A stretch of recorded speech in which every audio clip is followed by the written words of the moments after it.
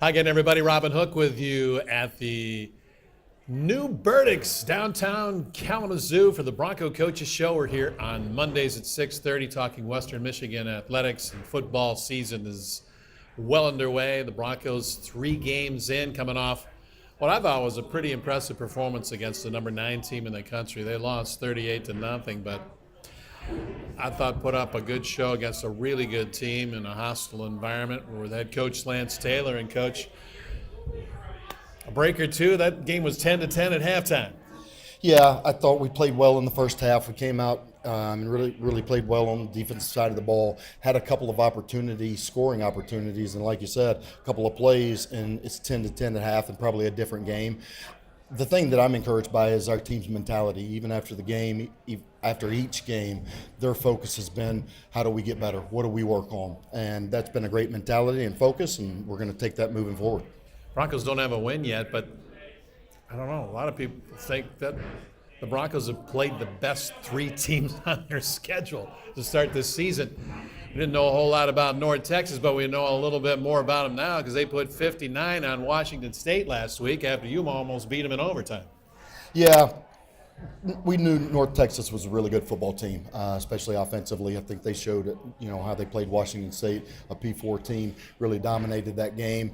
And then our other 2 opponents were really good. But we're excited for our MAC season as we come back home this week. This Mid-American Conference is always wide open. It goes right down to the wire. Tiebreakers factor in there around Thanksgiving to see who's going to go on to the MAC championship game. And we're 3 weeks into the season, and every MAC team has at least 1 loss. So it's going to be very competitive, and it starts on Saturday, Coach, against Toledo. Yeah, we got Toledo coming to Waldo. I talk every time about how excited we are to play in front of our home crowd. I think we've got the best home field advantage in the MAC, and can't wait for our fans to show out on this week. But it's a great test, great matchup. Toledo, obviously, Coach Kendall's been there for 10 years. He's done an excellent job. They've won the MAC several times since he's been there, and year in and year out, they're one of the top teams. So it'll be a great test for our football team and play 4 quarters. We'll talk more about the Rockets here in a bit, but back to Saturday at Illinois. Coach, you were able to move the football on a Big Ten team there. You just didn't put up any points. Brock Lowry came in there in the second quarter and moved you right down the field a couple of different times. He did. Brock came in. He operated the offense efficiently and effective. I thought, we moved the ball well. We saw this in the first game. We saw it in the third game, the lack of ability to put points on the board. Yards don't equal points, so we've got to find a way to get the ball in the end zone. That's on us as coaches. That's on us as players. We've got to put our players in the best position to succeed and to be able to score points. And then when we get those opportunities, we've got to execute them well. I thought Brock Lowry looked a lot more comfortable throwing the football in that game Saturday. He completed some nice passes to Avion Chenault and to Balin Brooks. It's been a work in progress with him throwing the football. We all know he can run the football. He can run with anybody at the quarterback position, and he's really developing more as a passer, and that's going to help. I was really encouraged by Brock's play. I think he's improved in all phases of his game. Every time he comes in, he operates the offense efficiently. He finds a way to make a play. The guy's just a gamer. He's tough. He loves contact. We know what he can do in the run game. But you're exactly right. He made huge strides and improvements in the pass game fundamentals on Saturday. And Brady Jones is very talented. You just watch him throw the football. He's got arm talent. It's just a matter of learning the game at this level. You move from junior college in California to the football bowl subdivision. That's a pretty big jump. Brady does. He has elite arm talent, and he's a much better athlete and runner than people have seen up to this point. I think one of the things that we've done is we've hurt Brady when he's been the quarterback. The first play of the game, offensively, we drop a pass in the flat. That was going to go for a while, get some yardage downfield. And we haven't been great in pass protection to give him the opportunity to make the plays down the field, but we're still excited about what he can do for our football team. Still going to play both quarterbacks as we move forward. Saw a couple of new backs in there. Lolo Matele got his first opportunity, and Lolo had some nice runs. He did. I thought Lolo played really well. Really encouraged by our running back group. I think we showed some great depth. Buckley did not play very much in that game. He was under the weather all week and did not feel well on game day, even with the flu. He'll be back this game, but I thought that group really stepped up. I mean, Lolo, Devin Miles, Trey Hartwell, Cole Cabana even got some snaps. So it was really good to get those guys some much needed experience. Had a chance to get on the board, missed a field goal, and you got the ball back, drove down to the goal line late in the first half. Thought you were going to punch one in there from the one. Yeah, we talk about scoring opportunities. You got to take advantage and make them pay. You talked about the missed field goal. That's an opportunity for 3 points there to get us on the board and get us going. And then right before half, we have four opportunities, goal to go, and we didn't get it in. And so, again, it's on everybody, coaches and players. We've got to make sure that we find a way. When we have those opportunities, we have to take advantage. And then when the stat sheet came by at halftime, Coach, you had outgained the 9th-ranked Fighting Illini in the first half. You had more yards than they did. Yeah, our team, I was really encouraged at halftime how we had played in the first half. I mean, our defense had played really well. Offensively, we had moved the ball well enough to get in some scoring opportunities, just hadn't taken advantage of them. So we really felt like, hey, we're getting the ball coming out of half. They're going to kick off to us. Let's go down and put a drive together and make this a game. All right, second half was a little different story. Illinois came out pretty determined and put 4 scores up. We'll talk a little bit more about that Illinois game and then look ahead to Toledo with Coach Lance Taylor with the new Burdick's downtown Kalamazoo and the Radisson for the Bronco Coaches Show. We're coming right back after this timeout. Flavor is a journey, not a destination. It's not just about the food, it's about the experience, it's about the cocktails, the wine, the tableside experience. Brings everything together between the setting, the meal, the atmosphere, so we can actually get together and have a great time over a cocktail, maybe with a little showy smoke to it too, which is fun. We've paid a lot of attention to details and making it an experience that you will remember. Immerse yourself at Brick and Brine. Sprain, strain, or broken bone? Bronson makes it easy to get the orthopedic care you need, often as soon as the same day. Our providers treat patients ages 5 and older, with convenient appointments in Battle Creek, Marshall, Kalamazoo, and South Haven. From diagnosis to treatment, our goal is to get you feeling better as soon as possible. Call us when you need orthopedic care. Learn more at bronsonhealth.com/same day. You'll still have common days. Put off your term papers till the last minute. Eat cold pizza right out of the fridge. Update your fantasy roster. This is not one of those days. A few weeks a year and you'll discover the most uncommon time of your life.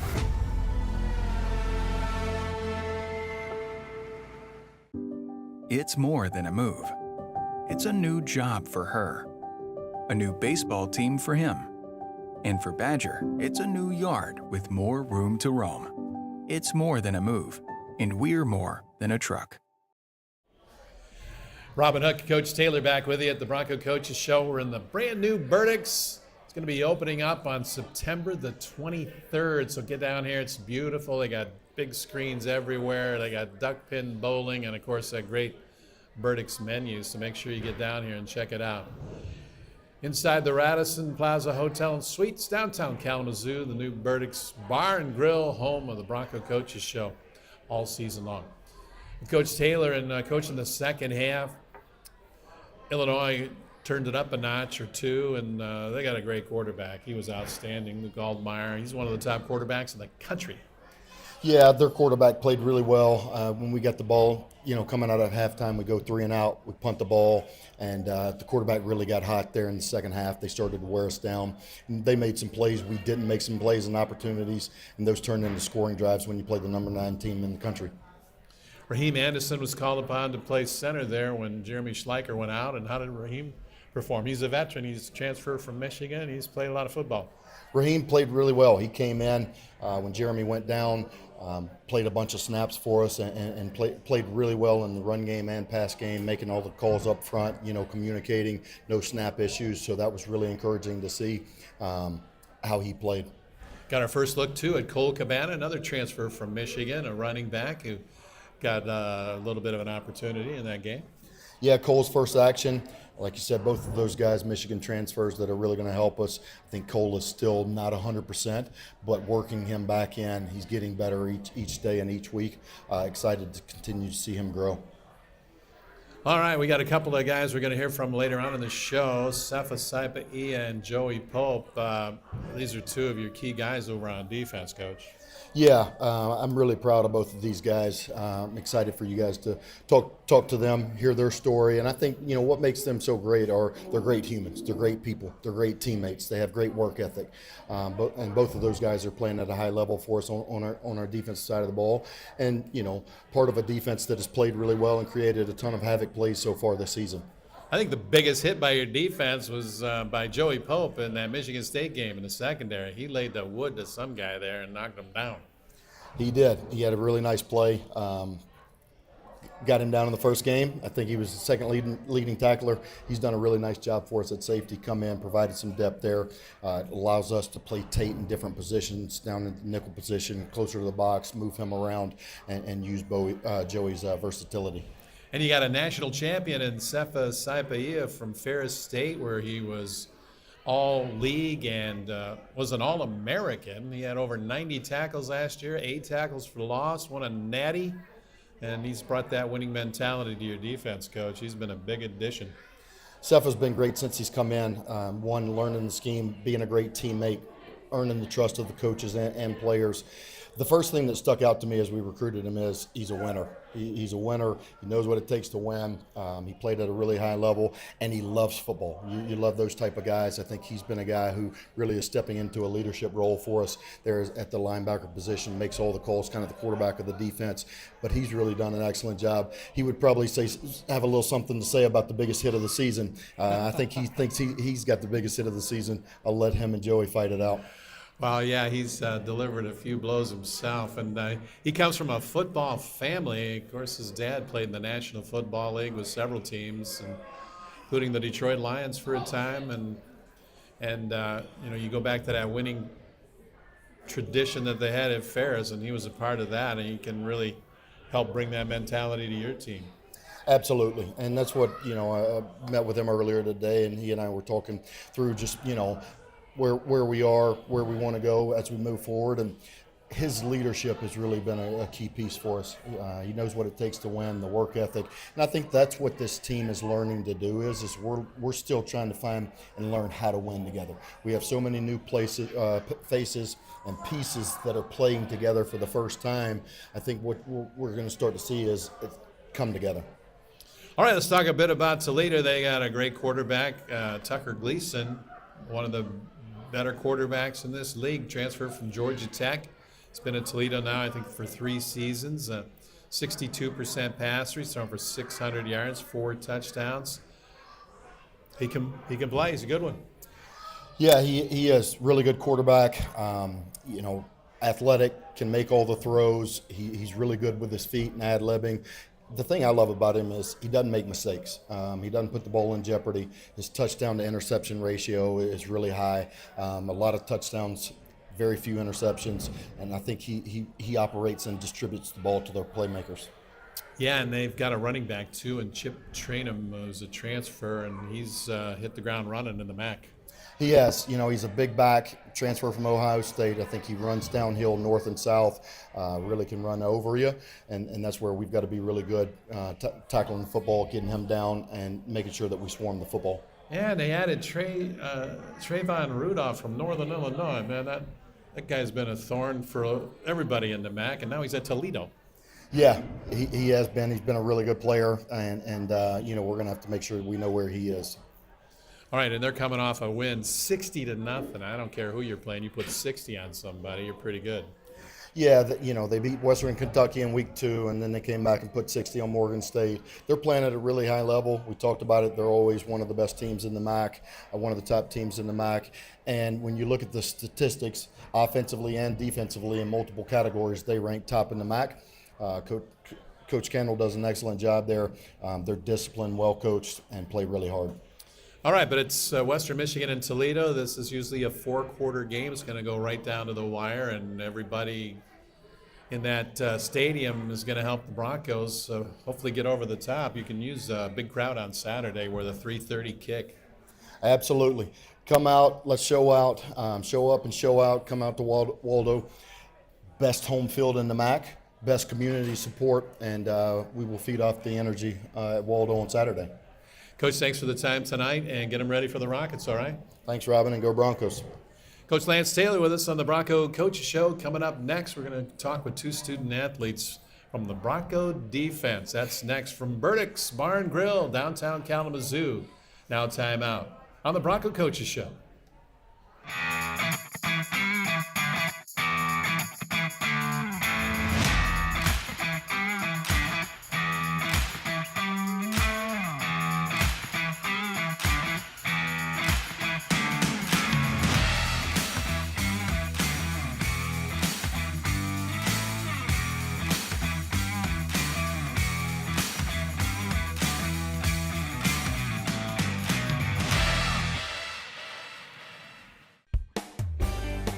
How far do you have to go to find a great deal on a new Ford SUV? Not too far. How about a new Ford F-150? Not too far. How about for basic maintenance and service? Not too far at all. With Dorrance Ford's mobile service, we'll come to you. Nice. Now's the time to buy because we're making room for the 2025 Fords and moving out the 24s. Come in now for the best selection. Dorrance Ford is proud to support Bronco Athletics. Shop Dorrance Ford. Not too far for your next car. When a city has an airport, amazing things are possible. You fly local. It allows airlines to add more flights, more options, more destinations. The choices you make today help shape your airport now and in the future. So when a city has an airport, we're more connected than ever before. Fly local. Fly AZL. The wait is over.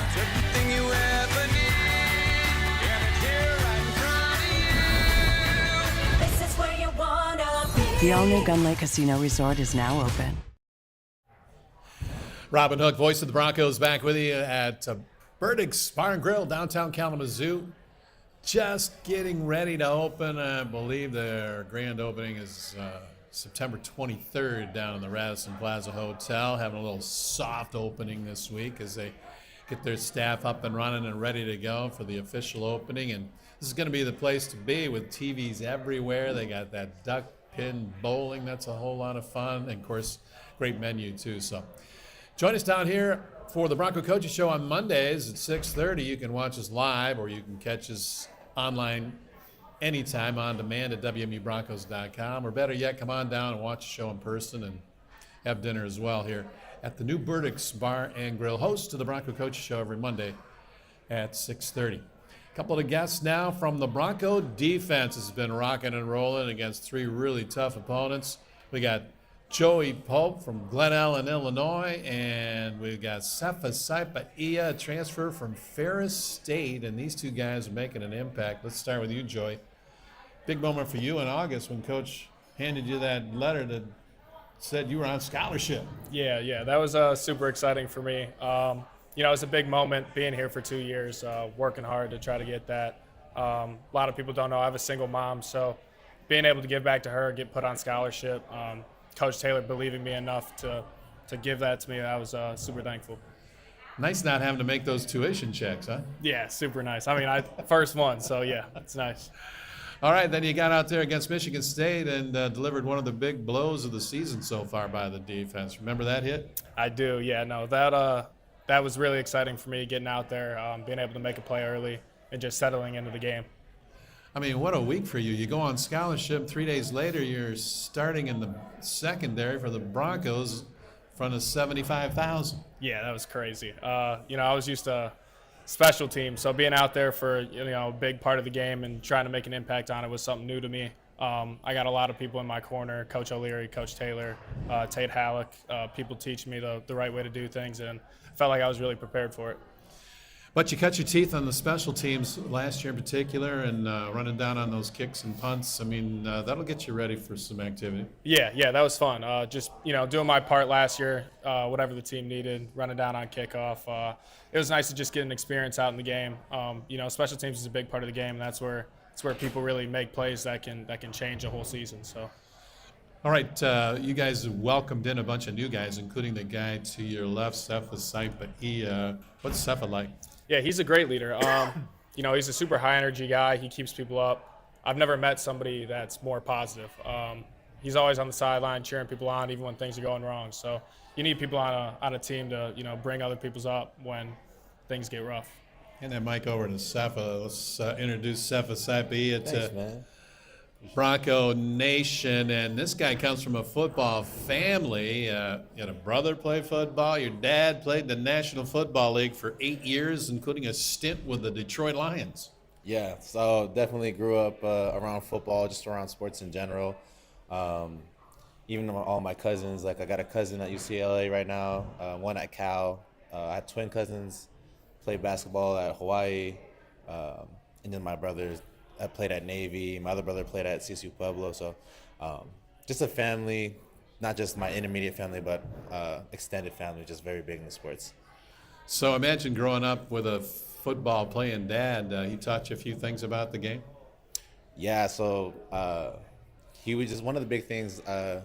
Recently was just talking about just how to take practices and games and how you feel about it. Like it's never as good or as bad as you think it is. You might think you had a really good game, but there's still things you could get better at. Or if you think you had a terrible game and you watch the film and it's actually not as bad as you thought it was. So, being stoic in your mindset and just keeping that constant of being the same person every day, that I definitely got that from my father. Practice is important for every sport. Everybody's got to work at their craft, but football in particular, because you practice all summer, you lift weights all winter and summer, and then you start camp and you practice for a month before you finally get to play a game, and then you only play 12 or 13 or 14 of them during the season.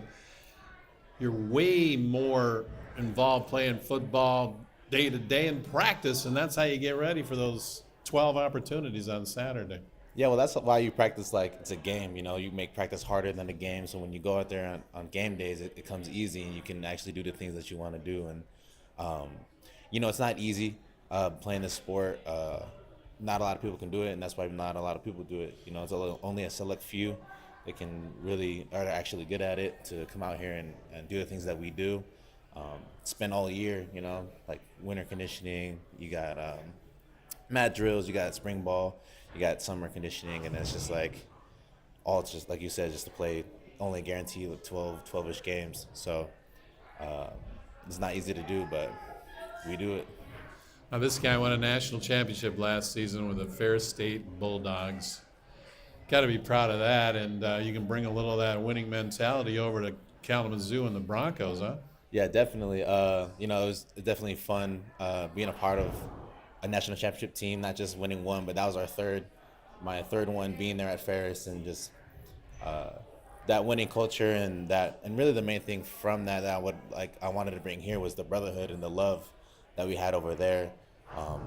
Like Joey said earlier, just this is the best loving team he's been a part of, and I'm glad that I'm a part of that team. And I just want to be every team I'm on. Just wanted to be a brotherhood and playing for each other, because at the end of the day, it's not the people in the stands, it's not the people at home that are on that field. It's the brother next to you that you've been working with. And so you got to rely on him. He's got to rely on you. And at the end of the day, that's who's going to have your back. So. Well, it was a quick indoctrination to Bronco football for you. I don't think you got here until the summertime, right? Yeah, no, I was at a different program before during spring ball, so I got here in the summer. Okay, and then how did that all come about that you ended up at Western Michigan? December hit, I hit the portal. I went to Bowling Green, and so that was fine over there. And then the coaching change happened with Eddie George over there, and I just felt like it was better for me to go a separate direction than over there and what they were doing over there. So and then I actually Western was one of my options out of December, and then I head up coach to see if he would still welcome me back, and luckily he welcomed me back, and I was just So I got here in the summer, and I was just really appreciative of Coach for giving me the opportunity to come out here and be a part of the team. I'm sure he was real excited to hear from you there that you wanted to be a Bronco.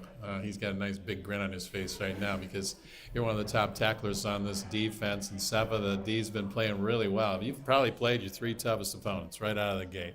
Yeah, so I think that's very good for us to just really see what kind of team we're going to be, like face our hardest opponents early on, and when you get tested like that, you can really see what you have and what you don't have, and what you can be. And so now we're at the point where all those potential and all that is out the window. It now just matters in like who you are now and what you show on tape on Saturdays. Have you noticed a big change from the level of play from Division II at Ferris to Western Michigan and the Football Bowl subdivision? There's definitely a difference especially in the trenches. I feel like that's the biggest difference. But at the end of the day, it's the same game I've been playing since I was a kid. Like as you can see, like a lot of my old teammates, they transferred out. My quarterback he started at Ole Miss this past week, and he balled out. He had like 400 yards and 3 touchdowns. He did a really good job. He did a really good job. So like, we got ballers over there at D2, and we got ballers over there too. So the competition level, it's not too far off, but definitely I'd say the biggest difference is the trenches. Well, you're going to get your first taste of the Mid-American Conference when you take on Toledo here on Saturday, and the Rockets are pretty good, but you've faced 3 really difficult teams already, so you'll be ready for them. Yeah, definitely. I'm excited for just to get into MAC play. I've never played in this conference before. I'm ready to see what it's all about. I've been hearing a lot of good things about it, so I just want to come in and make a splash. I feel like as a team, we're definitely a team to look out for, but I feel like our record doesn't reflect the kind of team that we are right now, and I'm just ready to show the rest of the MAC, the rest of the world, who we are. He likes to bounce around out there on defense in between plays. That kind of keeps you juiced, right, before the next play, huh? Yeah, I mean, I was just trying to, like Pope said, trying to be like positive, trying to keep everyone up, just trying to have a smile on my face every time. Just when you're like positive about things, things tend to go your way, and just kind of looking at the glass half full instead of half empty. How about describing that moment when everybody from the team was in the team meeting room, and I think it was Blake Bosma was the one to pass along the news that Joey Pope was going on scholarship. Those are some of the coolest moments for any college football team, in particular Western Michigan. Yeah, so you always watch all those videos on this guy getting a scholarship and all that on your phone, and I never thought I'd ever actually be in the room or on the team that actually does that, and it's way more electric. It was just super cool to see Pope here just get his flowers, and I was surprised to find out he was a walk-on when I first got here, and I thought he was a scholarship kid already. So that really confused me. I was like, this dude's balling out, he's playing this well, and he's a walk-on, and so it was just really cool to see him get his flowers and get what he deserved, and he earned it, So I jumped when everyone was cheering, I was trying to get over. I jumped the seat and I just was trying to go cheer with him. It was just a really cool moment, and yeah, he deserves all of it. Good stuff. Well, Sepa, glad you came to Western Michigan, man. You're really playing well, and looking forward to seeing you out there on Saturday against Toledo. Hand that back to Joey. And Joey, you've been at Waldo Stadium before. What's it like for you guys when you come out of that tunnel when you're playing a team like Toledo? This is a big game. This is a huge game, folks. I mean, if the Broncos can knock off Toledo, look out. Yeah, no, Waldo Stadium's electric. I think we have the best fans in the MAC, and when we come out and we get that energy from our fans, I think we're a super dangerous team. Now, this guy's used to getting in the end zone, too. He scored 20 touchdowns in high school as a running back. Did you ever have a pick six? In high school? I did have a pick six in high school, senior year. All right, well, Tate's got one. I'd say it's about time Six gets one, too. No, we'll see. I just got to, put myself in the right position. I trust O'Leary with the game plan this week, and I'm sure it's coming soon. All right, and you're facing a good quarterback in Tucker Gleason. You guys watched some tape on that guy? Yeah, we actually just came from film. Toledo looks like a good team, but we talk about it all the time. It's about us. So we're not too worried about, Toledo. We're just going to do what we need to do, minimize our mistakes, and go out there and play ball. He's number 6. He packs a punch there in the secondary, along with number 10, Seth Vasaipa, Joey Pope, and Seth, our guests tonight at the Bronco Coaches Show. Guys, thanks for coming out. Congrats on the start by the D. I know you don't have the dubs yet, but those are going to come. Trust me, those are going to come. For sure. Thank you. I appreciate it. We'll be back with more of the Bronco Coaches Show. Turn our attention to running, something that I'm not very accustomed to, but we're going to talk about it anyway on the Bronco Coaches Show after this timeout. Flavor is a journey, not a destination. It's not just about the food, it's about the experience, it's about the cocktails, the wine, the tableside experience. Brings everything together between the setting, the meal, the atmosphere, so we can actually get together and have a great time over a cocktail, maybe with a little showy smoke to it too, which is fun. We've paid a lot of attention to details and making an experience that you will remember. Immerse yourself at Brick and Brine. At 2 Men and a Truck, we'll treat you and your belongings like we'd treat our own grandmas. Here we go! Hi, hello there. Welcome. Whether we're moving you across town or even across the country. Sprain, strain, or broken bone? Bronson makes it easy to get the orthopedic care you need, often as soon as the same day. Our providers treat patients ages 5 and older, with convenient appointments in Battle Creek, Marshall, Kalamazoo, and South Haven. From diagnosis to treatment, our goal is to get you feeling better as soon as possible. Call us when you need orthopedic care. Learn more at bronsonhealth.com/same day. As part of Sealy Auto Group's growth plan to better serve customers in our local communities, I'm thrilled to announce our newest member to the Sealy family of dealerships, Sealy Select on 9th. Here you'll find high-quality pre-owned cars, trucks, and SUVs that you can expect the same standard of excellence Sealy has provided for over 60 years. And at Sealy Select on 9th, you get same-day service with no appointment necessary as part of our commitment to the guest experience. Find out why we say better is just better. Better see Sealy Select on 9th. Back at Burdick's Bar and Grill in the Radisson Plaza Hotel, downtown Kalamazoo. We're going to be here every Monday through the season, fall and winter months, talking Western Michigan sports with the various coaches and football. And we've had soccer on. Now we're going to talk cross country. And Kevin Cataldo's the coach of the cross country team. It's year 3 now for you as the head coach. He was here as an assistant, then elevated to the top job. And your ladies are off to a great start, Kevin. Yeah, we're definitely excited with how we opened up. We have a home meet coming up this week on the 19th, and that'll be a second competition. But they did a great job. They did an excellent job opening up. I feel like it's starting to build some confidence. A younger group, but a lot of growth over the last couple years, and just really excited with where we're at right now. Breaking news right here on the Bronco Coaches Show. Western Michigan ranked 13th in the region now after that showing at Central Michigan a couple of weeks ago, where you finished second or third, well, top 3 finish, I think. Yeah, we were second, 1 point back from Michigan State. Yeah, and Lily Overton was third in that race. She's a junior.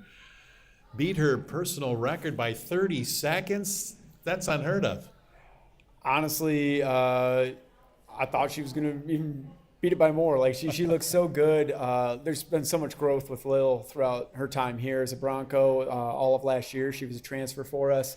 Going into it, honestly, part of me was thinking, okay, maybe we redshirted this year, maybe we don't. And she came in and it's like, you're too valuable. You're too valuable for us. And she's done a phenomenal job. That was a heck of an opener for her, getting her confidence going. And we're definitely excited to see what she can do the rest of the season. She's from Australia. Did you go all the way over there to get her?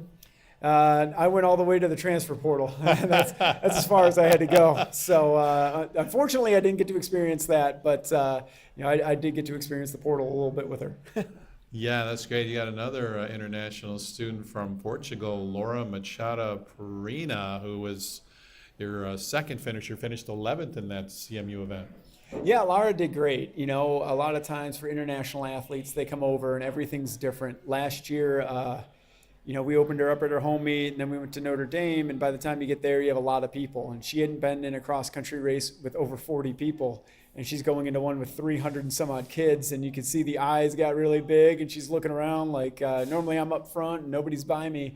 So for her to kind of get a lot of experience last year was big, and we're starting to see what that experience is doing right now with her opener and everything. She's looking great. Yeah, think about that, folks. Lilith finished third out of 300 and plus student athletes, and Lara finished 11th. And you had Kaylin Hughes finished 12th, and Madison Zaremski finished 13th out of over 300. That's amazing.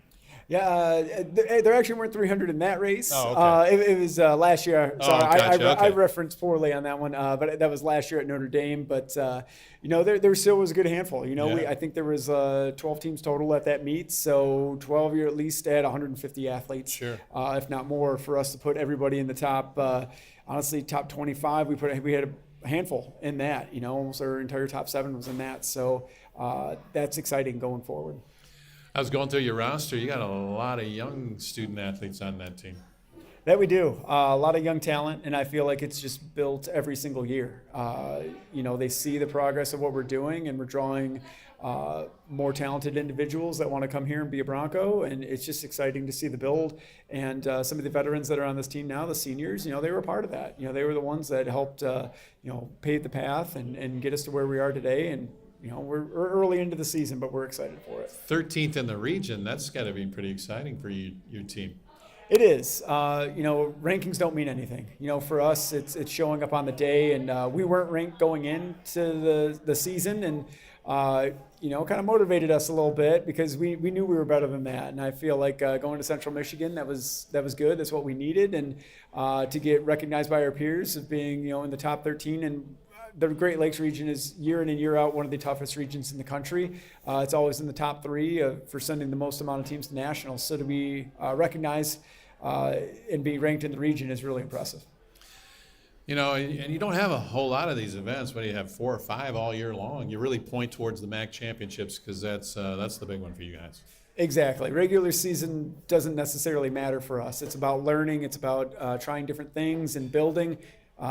It's a blessing and a curse because we're graded on one day. That's it. We don't have some record to fall back on and consistency. It's literally you got to be on that one day. So that's what we gear up for every year, and that's what we're getting ready for this year as well. Yeah, in cross country, it's kind of an individual sport. You're trying to get your best time, and then you're pulling for your teammates to do the best that they can do, and then at the end of the day, you add it all up and see where you finish. Exactly. And we got to be happy for everybody. And I feel like the depth that we have now, if somebody has an off day, their teammate can bail them out. And we're going to have the culture that, thanks, I'll get you next time if, you're a little bit off. But they vibe off each other. They feel that energy out there. And it's a lot of fun being out there with your friends and teammates. So fill our audience in when you go to these meets. You select a certain number of athletes that are going to count towards your score. How does that all work? Yeah, so pretty much what we do is, I always liked a smaller roster. I felt like it was more individualized and everything. So we have 14 women on the distance roster. We will compete all 14 as long as they're healthy and ready to compete. From there, your top 7 your top 5 score. So if you get first, you get 1 point, second, 2 points. Lowest score wins.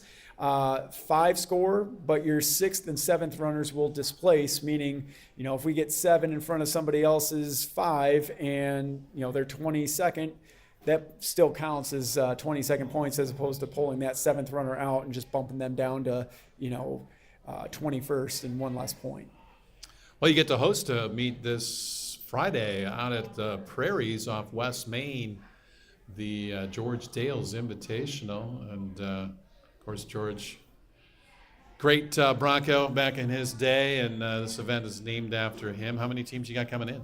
Yeah, so including ourselves, we'll have 10 teams on the women's side, 8 teams on the men's side.